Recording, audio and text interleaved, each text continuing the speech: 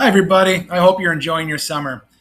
Some of you might have noticed if you opened your course shells on Brightspace that we have a new um, tab called Simple Syllabus up here.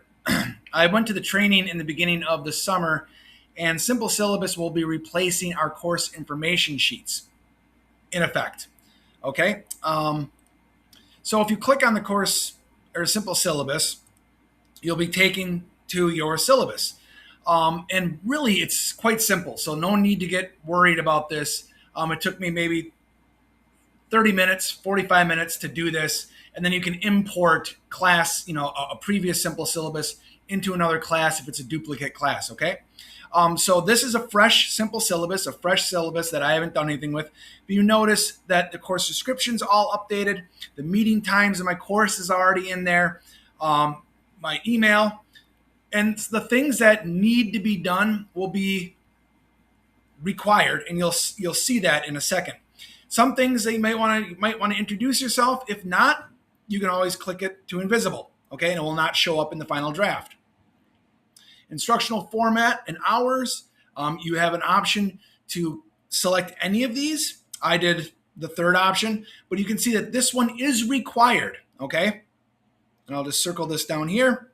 That is required, which means you cannot publish the simple syllabus until you fill this section out, okay? Let me go back here. So you can't even unlock it and put it to invisible if you want. So make sure you fill out the required information. Course learning outcomes are already in there. High impact practices, if it's a designation. I did undergraduate research for this one, for example, for English 101. That's what I clicked. You have the option to add something for high impact practices. Required textbooks. Now, if you have no required textbooks, simply write in the title, no required textbooks, okay? That's what I did. I just typed in no required textbooks right here.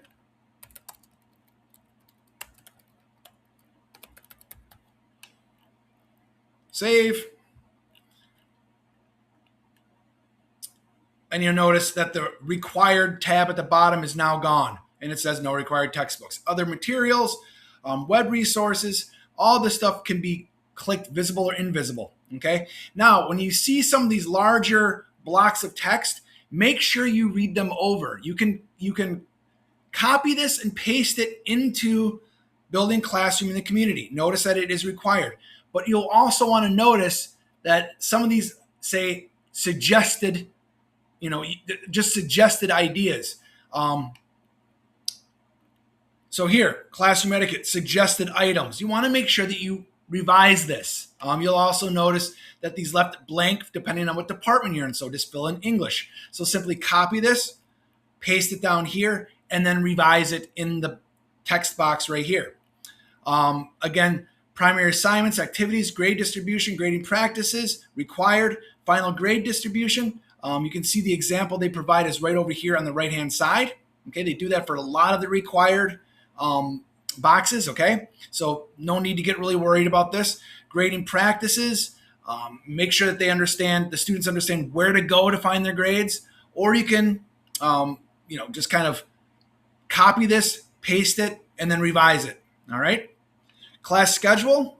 What I did for mine is I have my class schedule embedded in Brightspace. I didn't feel like having a class schedule embedded in Simple Syllabus, so I clicked this as invisible. Okay. Assignment sync. I recommend keeping this invisible because all of your assignments will pop up even if you have them hidden. So I would just keep that in mind. Academic honesty. Again, put that in there. Copy and paste if you want. And also, you have something with MCC policies. If you want anything to do with AI, you can include that as well, which I highly recommend. Okay. So when you're done, it'll look like this. This is my finished one. Instructor, format hours, okay. High impact practices. Again, I did the undergraduate research. You can see it populates it automatically. No textbooks for the course, okay. Building community and classroom. I made sure to include the English department where there was a blank space before. All right. I kept all of this I revised all of this, making sure that I don't have any generic boilerplate things in there. Course evaluation, again, grade distribution, percentage, grading practices for my course, class schedule. I said see the course schedule and what's due when or due dates on Brightspace. Academic honesty, again, that pops up. You can copy that from a previous CIS or use their suggestion. And then I have my AI list, my AI policy right here. Student supports, that's all included in Simple Syllabus. Technical supports, financial supports, personal supports, that's all included. The appendix and appendix 3. So I hope this helped. Again, really simple, just play around with it. It doesn't take much time. I find this to be much easier than working with the CIS because the CIS always had problems with formatting and ADA compliance. This takes care of all of that for you. All right. I hope you all having a great summer. Look forward to seeing you in the next couple weeks. Take care.